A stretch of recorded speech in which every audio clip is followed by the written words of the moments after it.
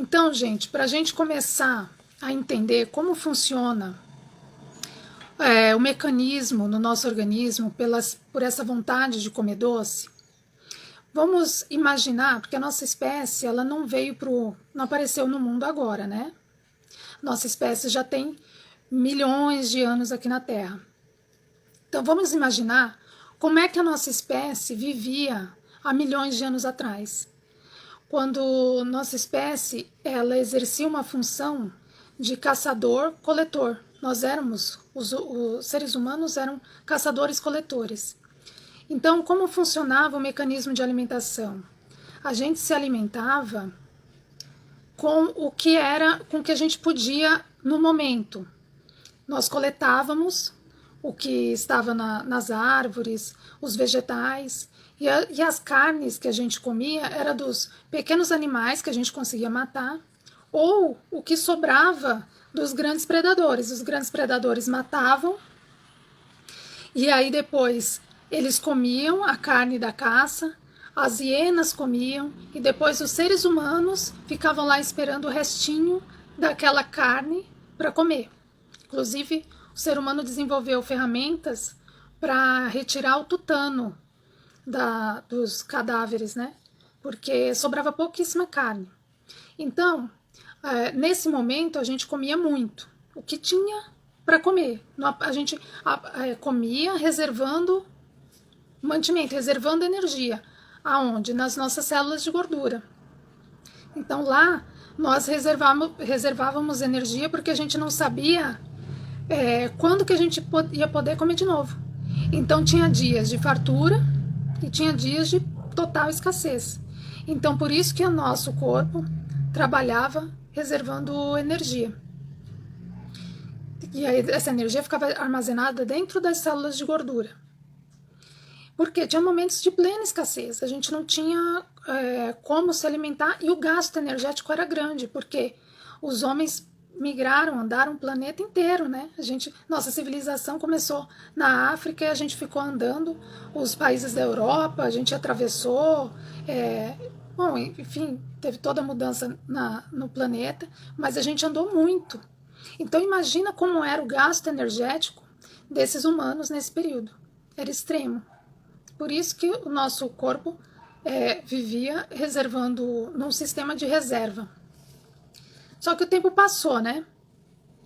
A gente, com a descoberta do fogo há 300 mil anos atrás, a gente começou a evoluir. E há 10 mil anos atrás a gente teve a Revolução Agrícola, 10, 12 mil anos atrás, onde a gente começou a ter um maior conforto, porque a gente começou a desenvolver nosso sistema de agricultura e a gente começou a criar animais. Então, dessa forma, a gente não teve mais um desgaste tão grande como a gente tinha para caminhar, para migrar de um lugar para o outro, e aquela dificuldade para conseguir alimento, porque a gente já estava desenvolvendo técnicas, então a gente tinha alimento o ano inteiro, né? Tanto de origem animal como de origem vegetal. Bom, então quer dizer, a gente já tinha uma melhor facilidade para se alimentar, não tinha necessidade de tanta reserva. Aí na Revolução Industrial, a partir do século XVIII, a gente começou a desenvolver uma melhoria na conservação de alimentos, né? A gente começou a desenvolver farinhas, a gente começou a desenvolver a produção de farinha branca, de açúcar. Ao mesmo tempo que a gente começou a desenvolver a tecnologia nos alimentos, que foi facilitando cada vez mais o acesso aos alimentos, a gente foi reduzindo o gasto energético. Por quê? Do início do século passado para cá, a gente desenvolveu o carro, a gente desenvolveu da década de 50 para cá a gente tem televisão. Então percebam o que aconteceu, a gente começou a ter uma facilidade maior para se alimentar e um gasto energético cada vez menor, porque a gente foi ficando cada vez mais acomodado com a modernidade. Percebe como desequilibrou? A gente começou a consumir mais até do que a gente consumia antes, porque agora a gente tem condição de comer todo dia, várias vezes por dia, enquanto o gasto energético ficou cada vez menor. porque a gente tem uma facilidade hoje, tudo que a gente faz, a maioria das coisas que a gente faz é sem esforço algum. Só que o nosso organismo mudou pouquíssimo. Geneticamente, nós funcionamos praticamente como a gente funcionava há 2 milhões de anos atrás. Então, é por isso que hoje em dia a gente tem uma reserva de gordura muito maior. Certo? Então, segundo a OMS, falando diretamente de açúcar, segundo a OMS, nós consumimos hoje, em média, de 13,5% a 24,6% de açúcar na nossa dieta diária, tá? E o correto seria entre 5% e 10%. Então, vamos transformar isso em calorias, né? Se a gente consome, se uma dieta, a gente tem que consumir mais ou menos 2.000 calorias, a gente está consumindo de 270 a quase 500 calorias só de açúcar, tá? Tirando gordura, tirando proteína, tirando outros nutrientes. E o certo seria consumir de uma dieta de 2.000 calorias, o certo seria entre 100 e 200 calorias vindas do açúcar. Traduzindo em si alimento, seria mais ou menos uma casquinha do McDonald's. Seria mais ou menos umas 120 calorias, e ela no total, ela tem 180 calorias, porque não tem só açúcar, tem gordura, tem proteína. Então, somando todas as calorias, daria mais ou menos 200 calorias. Só que o consumo médio pesquisado é muito maior. Então, para onde vai esse excesso de consumo de energia? Vai para a reserva de gordura, dentro das células de gordura, dentro dos adipócitos. Então, o que se espera? Que em 2025, 18% dos homens no planeta estejam com obesidade e 21% das mulheres. Obesidade, gente, a gente já sabe, né? A gente faz aquela continha. Nosso peso atual dividido pela nossa altura vezes a nossa altura. Então, dá quantos quilos a gente tem por metro quadrado do corpo, tá? Quando esse valor dá acima de 30, nós já estamos dentro da obesidade. Então, nosso peso dividido pela altura vezes a nossa altura vai dar quantos quilos a gente tem por metro quadrado. Se der acima de 30, é obesidade. Então, nós estamos falando dos obesos, de 18% de homens e 21% de mulheres. Nós não estamos colocando aqui as pessoas que já estão com sobrepeso, que é uma categoria entre 25 quilos por metro quadrado a 29,9 quilos por metro quadrado. Tá? Então, essa classificação já está dentro do sobrepeso, que é um caminho para a obesidade. Se a gente somar toda essa galera, vai dar muito mais que esse percentual que a OMS está estimando. Tá? Então, o que a ciência fala sobre isso, né? Tem um estudo de 2016 que as pessoas falam assim, mas o vício no açúcar, nós estamos viciados em açúcar. A ciência ainda é controversa para classificar, para categorizar o açúcar como um vício, da mesma forma que o vício em álcool, em cigarro, em cocaína e outras drogas. Tá? A ciência ainda é controversa, ainda não categoriza dessa maneira. Tá? Mas a ciência já associa que o consumo de açúcar, em humanos, já foi identificado uma resposta neurológica de recompensa. Então, quando nós comemos o açúcar, ele tem um funcionamento parecido, semelhante com o funcionamento durante o consumo de drogas, de álcool e de cigarro, mas ainda não deu para comprovar isso com certeza em humanos, né? Tem estudos relacionados, mas em estudos feitos com animais. Tá? Então, várias áreas do nosso cérebro estão relacionadas com a resposta neurológica ao estímulo do açúcar. Então, nós temos uma resposta hedônica que está relacionada com gosto, com o prazer, uma resposta de reforço e uma resposta de motivação, de incentivo, de incentivar o desejo pelo açúcar. Então, há alimentos hiperpalatáveis, como é o açúcar, que normalmente não está só com açúcar, né? As preparações, além de açúcar, tem muita gordura, altamente processados, eles dão essa resposta aos centros de recompensa do cérebro, que é uma coisa que a gente tem desde que a gente existe, tá? Não mudou de lá, de 2 milhões de anos para cá, prejudicando assim o acesso a nosso processo de tomada de decisão. Então, nós vamos muito mais pela emoção do que pela razão quando se trata de alimentos altamente doces e calóricos. Então, nós ligamos muito esse sentido de a gente desliga a razão e fica muito mais conectado com a emoção. E um estudo em 2018 associa mais comportamento a esse hábito de comer doces e alimentos altamente calóricos. Tá? Embora reconheça essa ligação da resposta neurológica, ainda associa com isso.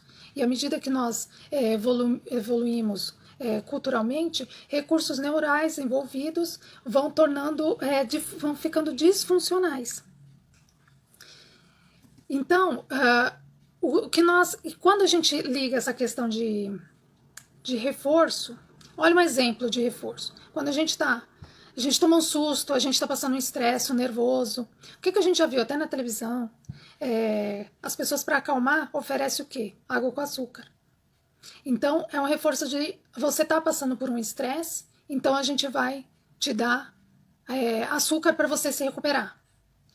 Ou quando a criança vai no médico e aí ela não quer ir com medo de tomar injeção, quando ela sai da consulta ela ganha um pirulitinho. Então é aquela associação, eu vou passar por esse estresse, mas eu vou ter uma compensação no final. Então desde a infância a gente é reforçado com isso. Ou você vai comer a salada, e aí a salada, se você comer a salada, que é como se a salada, um exemplo, como se a salada fosse algo ruim, você depois pode comer a sobremesa. Mas só se você comer a salada. Então, quer dizer, você vai passar pelo martírio antes e depois você vai ter a compensação. Então, desde que a gente é criança, a gente é condicionado a esse mecanismo. A gente aprende que o doce é uma coisa boa. A gente merece. A gente merece a gente tem toda hora esse reforço positivo, né? E os neurotransmissores dopaminérgicos são estimulados o tempo todo com isso. Que quando a gente consome, a gente aumenta a dopamina e a gente tem essa sensação de bem-estar. Então, o que acontece? Não é só... quando eu fiz essa pesquisa, as pessoas me falaram mais de chocolate.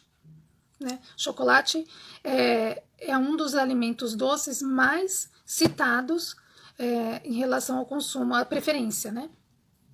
Por quê? Porque além do açúcar ainda tem o cacau e tem a gordura. Então são 3 agentes que vão ter uma ação muito grande na dopamina. Então aumenta muito a dopamina, dá uma sensação de bem-estar e a gente sente esse conforto. Então a gente sempre quer essa recompensa. Sempre quer essa recompensa. E por que mulheres sentem mais a preferência pelo doce até do que os homens, e principalmente na tensão pré-menstrual, que também é muito referido isso. Eu observo nas consultas que a preferência por doce, não que os homens não prefiram, mas o índice de mulheres que preferem doce é maior do que o de homens, e elas referem sentir mais vontade de comer doce na época da tensão pré-menstrual, né, da fase pré-menstrual. Por quê? Porque elas sentem a necessidade de uma compensação. O estresse, a ansiedade, ela está mais elevada nesse período. Então, instintivamente, a gente procura alguma coisa mais calórica, mais doce, para ter essa compensação dopaminérgica. Tá? Agora, a gente precisa observar que não é só o doce em si. Quando a gente pensa no consumo de doce, a gente liga já aquele doce depois do almoço, aquele pedaço de bolo, aquele sorvete, aquele chocolate que a gente come principalmente à noite, que já está ligado àquela situação de ter passado uma rotina pesada durante o dia, e aí à noite, quando termina o turno, normalmente, né, quando termina o turno de trabalho, quando tem um tempinho para descansar, senta no sofá e já pega um doce para comer, aquele momento de relaxamento, né? Mas se a gente pensar, será que só tem esses momentos de consumo de açúcar? Tem várias situações em que a gente tem um consumo de açúcar maior. Cafezinho, se o cafezinho no trabalho, onde a gente passa a maior parte do dia, se ele é adoçado com açúcar e a gente toma cafezinho o tempo todo, então toda hora a gente está colocando um pouquinho de açúcar, né? Toda hora a gente está consumindo açúcar. Suco de caixinha, que a gente toma no lugar da água, tem muito mais açúcar do que fruta ali, né? Fruta não tem quase nada. Suco em pó, refrigerante. Então a gente vai consumindo, inclusive esses estudos mostram muito o consumo exagerado de açúcar através desses alimentos. São as bebidas açucaradas, que são refrigerantes, suco de caixinha, né? Que a gente toma às vezes achando que é feito mais com fruta e não é. Aquela creme de avelã que a gente, com chocolate que a gente consome, que tem muito mais açúcar do que chocolate, do que avelã também. Então, se a gente for pensar, tem muito mais fontes. Quando a gente para analisar a nossa rotina, a gente observa que tem muito mais fonte de açúcar do que só aquele docinho que a gente fica pensando nele. Né? A gente vai consumindo durante o dia muito mais fontes de açúcar. E isso vai fazendo com que a gente não só aumente de peso, porque o aumento de peso é uma coisa que a gente fica mais preocupado e que é algo visível. Mas outras questões também podem ocasionar o excesso no consumo de açúcar, né? Então, o que a gente precisa observar não é uma conduta, uma dieta quantitativa. A gente ficar pensando só nas calorias da dieta, sabe? Quando a gente vai falar, se a gente pensa assim, eu faço contagem de calorias para eu ter uma dieta mais saudável. Contar só as calorias não é importante. A gente precisa ter uma alimentação de qualidade. Então, a nossa dieta ela precisa ser qualitativamente saudável. Então, para a gente ter um consumo de açúcar diminuído, a gente precisa consumir todo tipo de nutriente. Então, vitamina, mineral, fibra, carboidrato da forma adequada e rico em fibra. Então, qual é o carboidrato rico em fibra? Cereal integral, arroz integral, farinha de trigo ou outras farinhas integrais, tubérculos, verdura, legume, fruta. Então, consumir carboidratos que venham dessas fontes. Dessa forma, a gente também está consumindo vitaminas e minerais. Consumir proteínas, sejam vegetais e animais, ou só vegetais para quem é vegetariano. Consumir gordura boa, que vem da origem vegetal. Então, consumir alimentos variados durante todas as refeições do dia, para a gente consumir de uma forma de qualidade nutricional e não ficar pensando só nas calorias, porque se a gente for contar só a caloria, a gente acaba desequilibrando, a gente pensa em caloria e não pensa nos outros nutrientes. Tá? Isso vai fazendo com que a gente tenha uma boa oferta de nutrientes e não tenha uma carência que faça com que a gente busque energia rápida, porque o doce é uma forma de procurar energia rápida. Né? Então, quando a gente tem uma carência, instintivamente, a gente não sabe do que é. A gente acaba consumindo o alimento dessa forma, né? Um alimento com energia rápida para a gente ter uma reposição, só que essa reposição muitas vezes não é de qualidade. Tá? O que faz a gente aumentar a dopamina? Atividade física. Antes nós éramos muito mais ativos. A nossa espécie gastava muito mais energia do que a gente gasta hoje. Hoje a gente vive no sedentarismo. E a gente precisa fazer de tudo para sair do sedentarismo e ser mais ativo para ter um aumento de dopamina maior. Dessa forma, a gente não busca tanto na alimentação esse aumento de dopamina. A gente permanece com um nível de dopamina estável e a tendência é a gente procurar menos alimentação para ter essa compensação. E buscar outras formas de satisfação. Ao mesmo tempo, a gente vive num ambiente de estresse muito grande, né? Com várias questões. Né? A busca pelo sustento, o estresse com a vida moderna. Então, o que a gente vive hoje acaba fazendo a gente buscar compensações. Só que a gente precisa criar formas de ter, de voltar para si e ter um melhor relaxamento que não depende de procurar no alimento. Como alguns pacientes me falam, mas quando eu estiver estressado, eu como o quê? Não, não é para buscar na alimentação o alívio do estresse. O alívio do estresse ele precisa ser buscado de outras formas. Com terapias alternativas, com atividade física, com coisas que vocês gostam de fazer. Né? Tem um momento com a família, um momento de descontração, de tirar o que está causando estresse, mas você precisa voltar para si, para poder entender, conhece-te a ti mesmo, entender por que você está estressado, está angustiado, o que causa essa angústia, e a partir daí buscar mudar, procurar um outro foco para se desligar daquilo que está te causando essa angústia, esse estresse, e não no alimento, tá? E o comportamento é muito mais sobre tudo isso, é muito mais sobre o comportamento do que o alimento em si. Porque comer um doce ou outro, de vez em quando, no momento que está numa comemoração, num final de semana, né, é a coisa mais natural. Esse momento que você está fazendo uma alimentação assim, ele tem que ser um momento prazeroso e não um momento de culpa. Eu estou comendo, mas eu já sei o que é que vai dar. Amanhã eu vou estar mais pesado. Amanhã eu vou ter que treinar o dobro para poder queimar isso aqui. Não, tem que ser um momento de prazer, né? Mas o que não pode é virar uma rotina, porque aí realmente, se esse consumo excessivo de alimento calórico for uma rotina, vai gerar realmente um problema. Mas muito mais, a gente precisa pensar muito mais nisso como um comportamento, como a gente está se comportando, do que o alimento em si. Exemplo. Às vezes, quando eu ia no cinema, né, porque agora eu já não vou mais, né, por causa da pandemia, eu observava assim, as pessoas estavam muito mais preocupadas com o que ia comer do que com o filme. Eu não sei como é que vocês observam isso, mas já ia comer antes, já estava vindo para o filme, já tinha passado na praça de alimentação, já tinha feito uma refeição, ou ia fazer uma refeição depois do filme, mas tinha que comer durante o filme. Então era aquele vucu-vucu, a gente senta para ver o filme, mas fica aquele monte de gente passando para lá e para cá, e aquele tal de pegar a comida, e abrir o pacote, e aquele barulho, é o barulho do pacote abrindo, é o barulho do mastigado. E eu pensando assim, gente, para que tudo isso? A gente não vai passar nem 2 horas aqui dentro. Será que não dá para prestar atenção no filme? Depois é comer.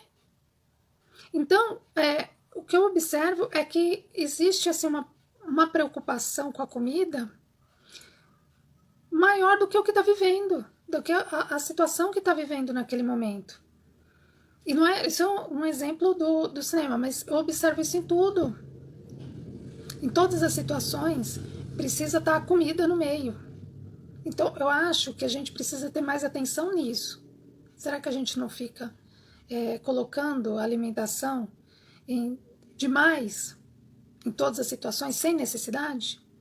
Então, é só um exemplo, mas é muito mais, a gente precisa pensar muito mais no comportamento do que problematizar o alimento em si. Entende? Eu acho que é por aí, tá? Eu vou colocar para vocês, eu tenho algumas perguntas aqui e eu tô vendo que tem pergunta aqui na caixinha. Então deixa eu colocar aqui, ó. Pergunta do Gabriel. Os doces fit realmente são diferentes? Podem realmente ser consumidos? Ou melhor um sorvete natural? Gabriel, acho que o doce fit, ele entra no grupo do sorvete natural. Porque o doce fit, por exemplo, se ele é feito com chocolate, ele é usado cacau em pó ou em barra, que seja, mas é uma concentração maior de cacau do que de gordura e açúcar, com mais alimentos integrais, com açúcar de melhor qualidade, açúcar mascavo ao invés do refinado, ou mel. Muitos são feitos até com xilitol, que tem metade da caloria que oferece o açúcar normal, né, o mascavo ou refinado. Então, o xilitol ele oferece 2 calorias por grama, enquanto o açúcar mascavo ou refinado oferece 4. Então, o doce fit ele também é uma opção saudável, assim como o sorvete natural, tá? E é isso que eu falei. Ele é mais saudável, digamos assim, porque ele tem maior valor nutricional agregado, mas a questão está na quantidade, na frequência que a gente consome. Porque se a gente fica muito preocupado com a comida, com o alimento, e de colocar ele em toda hora, então o problema não é o alimento, é o nosso comportamento. Entendeu? Tem uma outra pergunta aqui. Por que dá vontade de comer doce depois do almoço? A vontade de comer doce depois do almoço está ligado ao hábito. Porque depois de comer o almoço, eu quero ter um momentinho meu de descansar antes de começar o turno do trabalho de novo. Então eu como um docinho para descansar, para relaxar. Então está mais ligado ao hábito do que a necessidade orgânica em si. Entendeu? E como controlar a vontade de comer doce é se analisando em relação ao comportamento, como nós estamos lidando com as nossas emoções e se a gente procura alimento para compensar as emoções. Então, se nós estamos com esse movimento, a gente precisa mudar, a gente precisa corrigir esse comportamento. Tá? Tem uma outra perguntinha aqui. Aqui, ó. Da Camila. Podemos comer um chocolate no final de semana? Sim. Olha, o chocolate, aí depende também da quantidade, mas uma barrinha, mais ou menos 25 gramas, que dá uns 4 quadradinhos, uns 6 quadradinhos de chocolate, tem por volta de 50 calorias de açúcar. Não é muito, tá? Dependendo do chocolate, né? Mas vamos colocar aqui um chocolate ao leite. Tem 50 a 80 calorias do açúcar. Não é grande coisa, tá? Se a gente pensar num consumo de 2.000 calorias, e quem trabalha o dia inteiro, faz atividade física, quem tem uma vida ativa, ela consome em torno de 2.000 calorias. Então, uma barrinha de chocolate de 25 gramas não dá 5% de calorias correspondentes a essas 2.000 calorias diárias. E você fala no final de semana, não é nem todo dia. Então, quer dizer, é um consumo que não vai prejudicar o organismo e nem ter interferência no peso, na mudança do peso. Então, esse tipo de consumo, essa quantidade consumida não alcança, não gera um prejuízo para a nossa saúde. O prejuízo é causado quando se consome uma alta quantidade de açúcar diariamente. Tá?